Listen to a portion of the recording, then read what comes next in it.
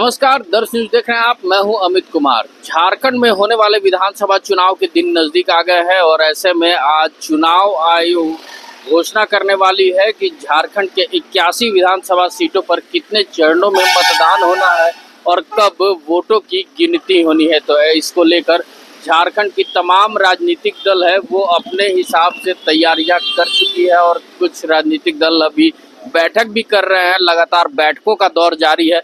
अगर हम seat sharing की बात करें तो झारखंड में जो वर्तमान सरकार है, इंडिया गठबंधन की सरकार है। इंडिया गठबंधन की सरकार में पिछले जो 2019 का चुनाव हुआ था, विधानसभा चुनाव, उसमें 2019 में कांग्रेस और झारखंड मुक्ति मोर्चा ने मिलकर चुनाव लड़ा था। तो गठबंधन में इस बार हो सकता है कि CPI-ML भी शामिल हो।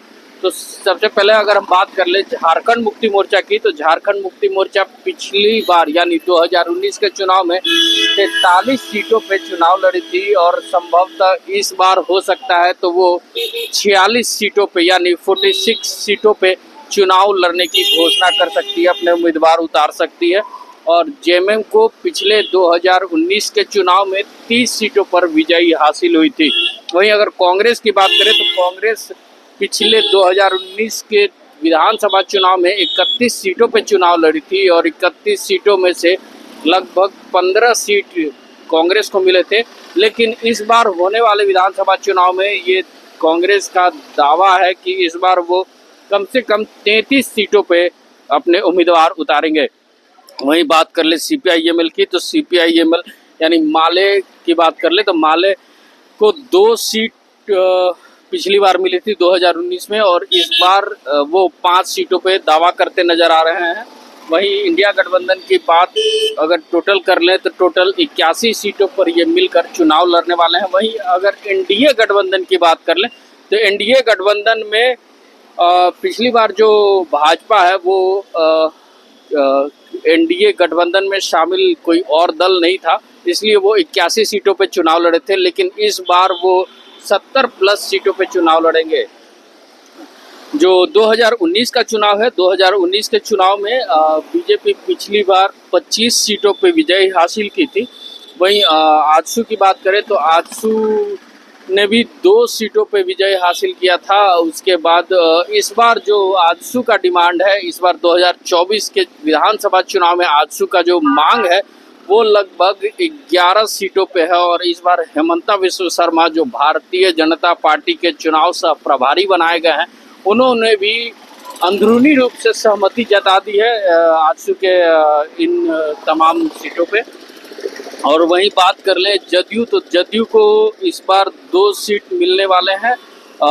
जैसा जदयू ने मांग रखा है एनडीए गठबंधन के सामने कि इस बार वो 2 सीटों पे अपने उम्मीदवार को उतारेंगे। और वहीं अगर एलजेपी की बात कर लें तो एलजेपी पिछले 2019 में 1 सीट पे चुनाव लड़ी थी और 1 सीट पे वो विजय हासिल नहीं कर पाई थी। इस बार भी एलजेपी का जो मांग है वो सीट ज़्यादा है, 5 से 7 सीट की मांग कर रहे हैं, लेकिन इस बार भी उन्हें संभवतः 1 सीट ही मिलने वाली है।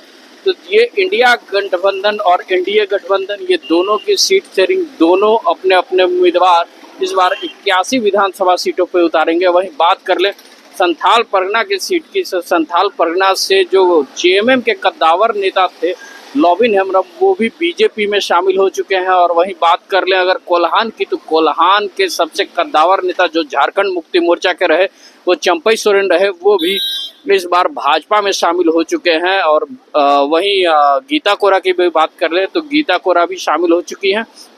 वहीं हम बात करें अगर हुसैनाबाद पलामू क्षेत्र की, तो पलामू से भी जो हुसैनाबाद के विधायक थे एनसीपी के, वो भी इस बार बीजेपी में शामिल हो चुके हैं। यानी इस बार लगभग जो बीजेपी यानी एनडीए के उम्मीदवार हैं वो ज़्यादा होंगे, यानी 70 प्लस उम्मीदवारी की घोषणा कर सकती है या फिर 70 से थोड़े कम सीट पे भी अपने उम्मीदवार को उतार सकती है बीजेपी। वहीं एनडीए की बात कर ले तो एनडीए पूरे मिलाकर 81 सीटों पर इस बार चुनाव लड़ने वाली है। वहीं जो इंडिया गठबंधन है, इंडिया गठबंधन भी इस बार 81 सीटों पर चुनाव लड़ने वाली है। तो अब देखने वाली बात होगी कि आज झारखंड में जब चुनाव आयोग की घोषणा हो जाएगी कि कितने चरणों में मतदान होना है, उसके बाद सभी राजनीतिक दल अपने अपने तरीके से अपनी पहली, दूसरी और तीसरी लिस्ट जारी करेंगे उम्मीदवारों की। उसके बाद उम्मीदवारों के नाम की घोषणा भी होगी।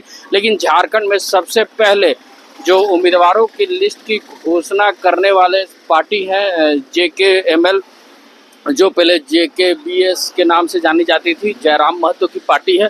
इन्होंने अपने 2 लिस्ट जारी कर दिए हैं। दोनों लिस्ट में इन्होंने उम्मीदवारों के नाम भी घोषित कर दिए हैं। तो अब देखने वाली बात होगी कि आज के चुनाव आयोग के घोषणा के बाद पार्टियां किस तरीके से तैयार होती है और किस तरीके से झारखंड विधानसभा चुनाव में तैयारी के साथ उतरती है और अपने उम्मीदवारों के लिए क्या कुछ और साथ में झारखंड की जनता के लिए क्या कुछ नए सौगात लेके आती है। चुनाव आयोग के आज घोषणा के बाद आचार संहिता लग जाएगा। आचार संहिता लगने के बाद कोई भी सरकारी काम नहीं होंगे। अब सरकारी काम को की घोषणा नहीं होगी, उद्घाटन नहीं होगा। तो आज से सरकार केवल अंदरूनी काम, जो सरकारी काम होते हैं, वही कर पाएगी। किसी भी नए चीज़ का शिलान्यास और उद्घाटन नहीं हो पाएगा। तो देखने वाली बात होगी कि झारखंड में होने वाले विधानसभा चुनाव को आज चुनाव आयोग कितने चरणों में अनुमति देती है मतदान कराने की और वोटों की गिनती कब होती है। तब तक के लिए इंतजार करना होगा। हमें दीजिए इजाज़त। नमस्कार, धन्यवाद।